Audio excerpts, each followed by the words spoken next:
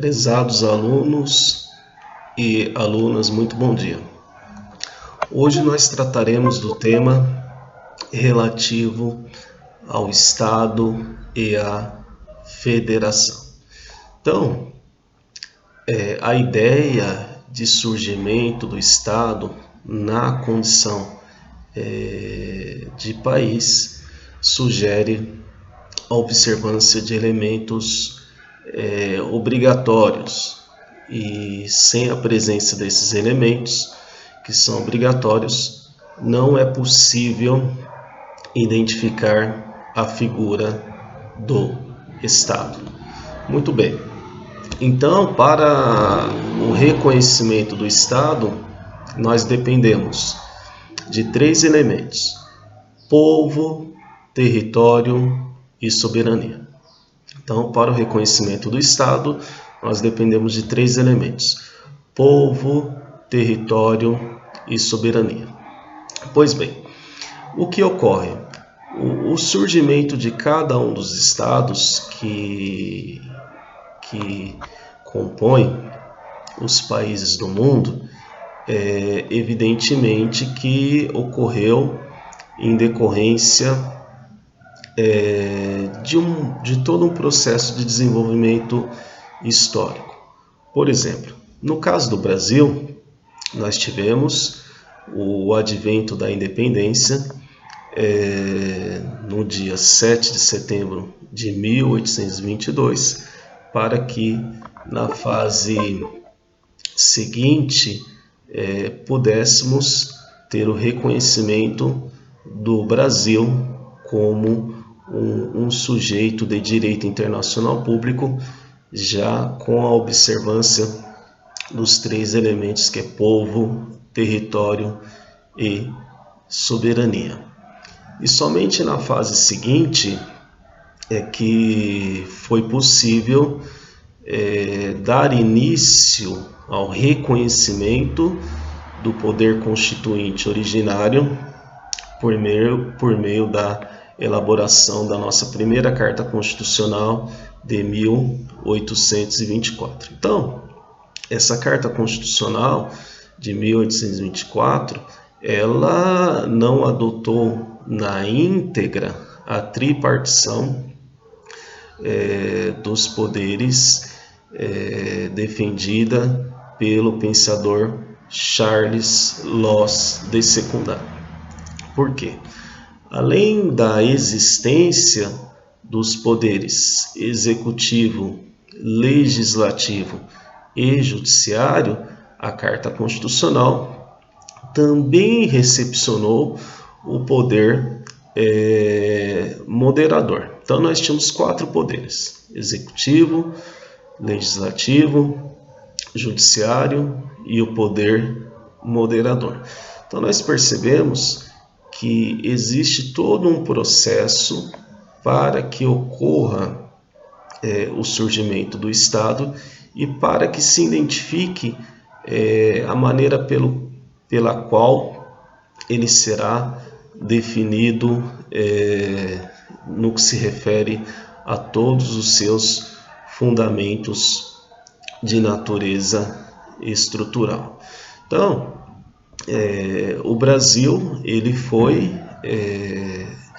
derivado de um formato de colonização, né? Então, o Brasil foi colônia de Portugal e em um determinado momento ocorreu o advento da independência do Brasil, e a partir daí é que ele passa a ser reconhecido na condição de sujeito de direito internacional público, na medida que apresenta os três elementos do Estado, que é povo, território e soberania.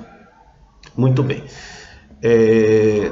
Nós temos que verificar que essa questão do surgimento do Estado pode ter algumas características peculiares. Por exemplo, quando nós falamos da questão do Estado originário,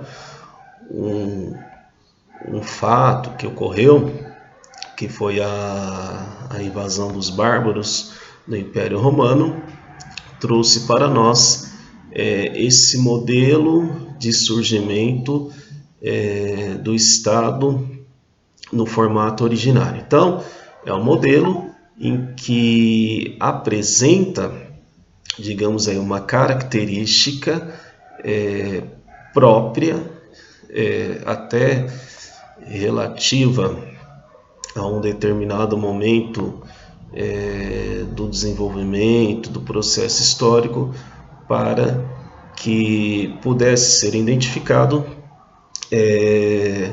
esse formato de constituição desse novo Estado. Então, nós percebemos que existe toda uma dinâmica que está relacionada ao aspecto do desenvolvimento histórico, e dessa maneira se consegue identificar o formato pelo qual o Estado surge em um determinado momento do nosso ordenamento jurídico.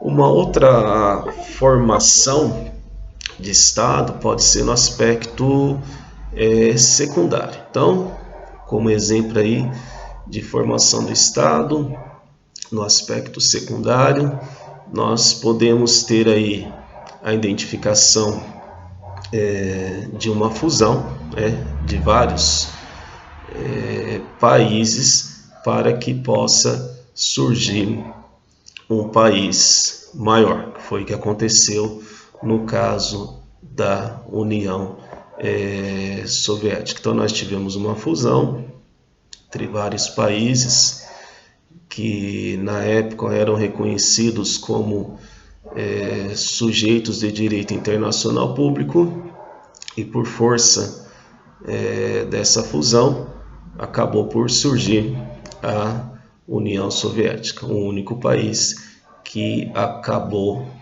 contemplando todos os demais que fizeram parte integrante ali do seu espaço geográfico. Temos também a possibilidade de cisão. Então, no caso da cisão, nós tivemos aí uma situação bastante interessante no período de guerra, que era inicialmente a formação do Império Austro-Húngaro, que após a cisão acabou gerando, por exemplo, o surgimento da Áustria e da Hungria. Então, é também um modelo que se refere a surgimento do Estado, mas no aspecto, digamos, secundário e não no aspecto originário. Temos ainda a possibilidade de verificar o surgimento do Estado no aspecto derivado. Por meio desse aspecto derivado, podemos citar a título de exemplificação o caso dos países da América Latina que foram colônias de países europeus. Então, esse é um modelo derivado de surgimento desse novo Estado, e particularmente no caso do Brasil, nós tivemos o reconhecimento do Estado nesse formato a partir do advento da independência do nosso país, em 7 de setembro de 1822. Então, nós percebemos que toda essa questão que nos reporta ao surgimento, digamos, do constitucionalismo por meio do poder constituinte originário, que indica a necessidade de observância de uma nova Carta Constitucional está relacionado à questão do desenvolvimento histórico próprio de cada época do nosso ordenamento jurídico. Muito bem. Um outro ponto que nos chama a atenção está relacionado à figura do Estado unitário. Então, como o próprio termo sugere, esse Estado unitário ele acaba gerando a centralização do poder. Podemos citar, a título de exemplo de Estado unitário, os países da França, do Chile, do Uruguai. São países que fizeram uma opção por esse modelo de Estado, na medida em que fica aí bastante em evidência esse fator relacionado à centralização do poder. Então é uma opção de formação de Estado que foi construída no decorrer do tempo. Um outro exemplo, já numa outra dimensão que nós podemos mencionar, é a questão do Estado federado, né? Então, quando nós falamos no Estado federado, nós podemos citar a título de exemplo os Estados Unidos da América, até o próprio Brasil, que apresenta esse modelo de federação. Então, a federação ela é reconhecida por meio do poder constituinte originário. Então, no caso do Brasil, esse reconhecimento da federação nos traz a ideia de que é uma cláusula pétrea, que ela não pode ser modificada conforme prevê o parágrafo 4º do artigo 60 da nossa Constituição Federal. Então, dependendo da força, da concretude da norma, por exemplo, normas relativas a esses direitos fundamentais ou normas que são relacionadas na condição de cláusulas pétreas, elas não podem ser modificadas por meio de emendas constitucionais. Isso nos traz um sistema jurídico mais robusto do que se refere à concretude e à eficácia da Carta Constitucional no sentido de aplicação do seu poder constituinte. Até em situações que nós não identificamos a presença de cláusulas pétreas, pode ser alvo, digamos aí, de significativos questionamentos. Por exemplo, o doutrinador constitucionalista Paulo Bonavides critica esse excesso de emendas constitucionais, obviamente emendas que não estão relacionadas a essas cláusulas pétreas, no sentido de que elas acabam por gerar um certo desvirtuamento, uma certa desconfiguração do que foi realizado por meio do poder constituinte originário quando da elaboração da nossa Carta Constitucional de 1988. Então, se vê que estabelecer algumas normas na condição de cláusulas pétreas é ter a ideia de que elas devem ser preservadas porque elas tratam da figura do poder constituinte originário. E, na medida que não podem ser alteradas por meio do poder constituinte derivado, em tese, somente uma elaboração de uma nova Carta Constitucional poderia mudar este cenário. Só que aí nós temos um contraponto. O direito constitucional, ele é progressivo, né? Então, os doutrinadores, eles são bastante incisivos no tópico que se refere à progressividade do nosso direito constitucional. Então, ainda que, em tese, seja possível falarmos da possibilidade de modificação das cláusulas pétreas por meio da formação de um novo poder constituinte, evidentemente que, se isso ocorresse, o que se admite somente a título de argumentação representaria um retrocesso do direito constitucional.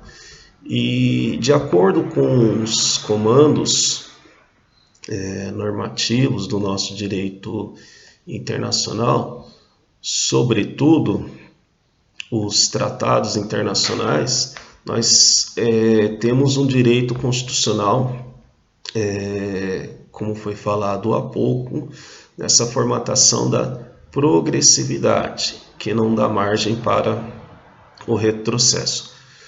É evidente que, de tempo em tempo, nós podemos ter aí um país ou outro que não tem aí uma boa acomodação no que se refere a essas normas de direito constitucional.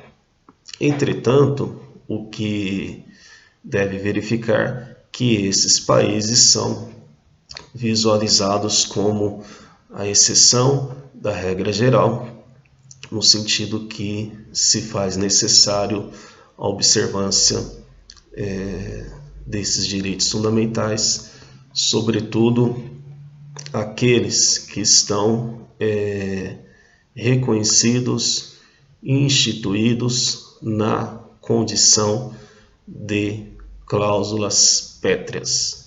Muito bem. A federação, ela tem autonomia política em relação aos seus membros. Então, nós sabemos que temos a figura da União, temos também os componentes estaduais que acabam recepcionando os municípios, e temos aí o Distrito Federal, que é a capital federal do nosso país. Então, tudo isso, o reconhecimento dessa estrutura de organização da nossa federação, ela é sistêmica, né? E toda essa ideia sistêmica apresenta a concretude e a definição de competência de acordo com as normas que são estipuladas na nossa Carta Constitucional. Então, vamos imaginar o seguinte: o Estado, no aspecto legislativo, não poderá agir de acordo somente com a sua vontade. Então, o Estado, na condição de componente de uma federação, ele deverá observar o comando maior, que é aquele positivado na Carta Constitucional. Então, a própria Constituição define o que é competência de cada um dos entes federativos. Por exemplo, quando nós falamos da questão de extração de recursos minerais. Então, a extração de recursos minerais é de competência exclusiva da União. Então, não tem como, evidentemente, o Estado regulamentar por conta própria a matéria que se refere à questão dessa extração de recursos minerais. Então, isso nos passa a ideia que a Carta Constitucional define a competência que é atribuída a cada ente federativo. Então, a própria Carta Constitucional define essa competência. Muito bem. Nós podemos ter aí essa repartição de competência no aspecto horizontal. Então, a repartição de competência no aspecto horizontal está prevista nos artigos 21 e 22 da nossa Constituição Federal. Então, esses artigos estabelecem o que pode ou não pode ser feito no tocante à competência horizontal. Já no artigo 24, nós temos aí essa repartição de competência já no formato vertical. Então, vamos imaginar o seguinte: quando nós falamos na questão da saúde, então a questão da saúde é de competência da União, dos estados e dos municípios, além, é claro, do Distrito Federal. Então, essa definição, ela decorre do quê? Da lei, né? Então, a definição de competência na área da saúde decorre da lei. De maneira que, ainda que nós possamos identificar que tanto a União como os Estados-membros, o Distrito Federal e os municípios atuem na área da saúde, a Carta Constitucional é que vai estabelecer os limites de atuação de cada um desses componentes da federação. É evidente que nós temos legislações de natureza infraconstitucional que vão apresentar marcos regulatórios no que se refere à questão da atribuição de competência de cada um desses componentes do Estado. Agora, uma coisa é certa: o artigo 5º, no seu parágrafo 1º, fala que o direito à saúde é um direito de natureza fundamental. E, como tal, no que se refere à visão do indivíduo que está inserido no país por força da nacionalidade, que é o vínculo jurídico e político que ele tem em relação a esse Estado, isso nos traz a ideia que, se ele tiver uma situação pontual que dependa da resposta de um desses três entes federativos, que pode ser a União, o Estado ou os municípios, e essa resposta não surge no aspecto administrativo, obviamente que a questão ela pode ser judicializada se for o caso, para que seja garantido o seu direito fundamental à saúde. Isso não quer dizer que essa pessoa não irá passar por alguma tensão para que ela obtenha essa resposta final, né? No sentido de garantir o comando normativo previsto na nossa Carta Constitucional. Agora, uma coisa é certa: das cartas constitucionais anteriores para a Constituição de 1988, nós identificamos um avanço significativo na medida em que, se hoje pode-se questionar a questão da disponibilização de uma vaga no hospital público para que o indivíduo seja atendido, no passado nem hospital existia. A bem da verdade, em muitos municípios que estão aí inseridos nos estados membros do nosso país. Então, todo esse processo ele está, digamos assim, envolvido com o aspecto do desenvolvimento histórico de um país. De maneira que, no caso do Brasil, não é diferente.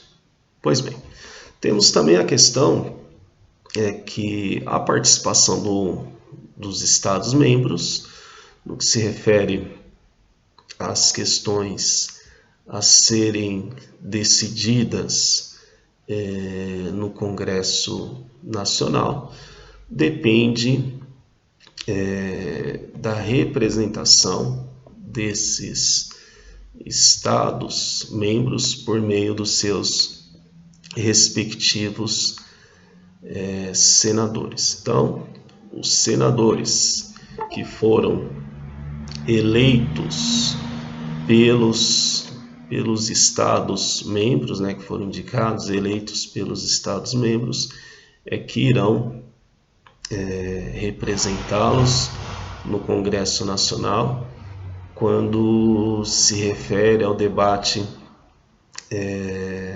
das matérias que estejam sendo lá discutidas, que tenha essa competência de natureza federal para que sejam decididas. Um outro item que nos chama atenção é a questão de inexistência da cisão, né? Então nós não podemos ter a cisão dos Estados-membros que formam o Brasil.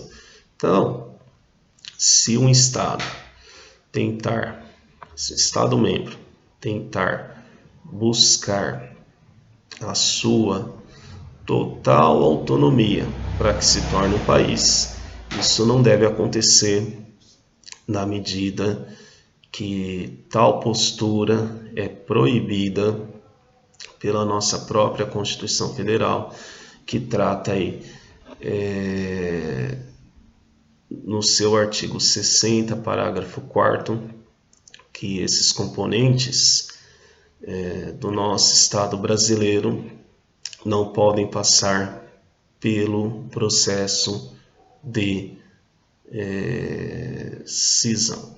Então, o que ocorreu com o Império Austro-Húngaro não pode ocorrer no Brasil, de um Estado-membro buscar a sua autonomia total, no sentido de se tornar um sujeito de direito internacional público, na medida em que, por ele ser parte integrante do federalismo reconhecido, positivado na condição de cláusula pétrea do nosso ordenamento jurídico, ele não pode obter essa autonomia total para que seja reconhecido na condição de sujeito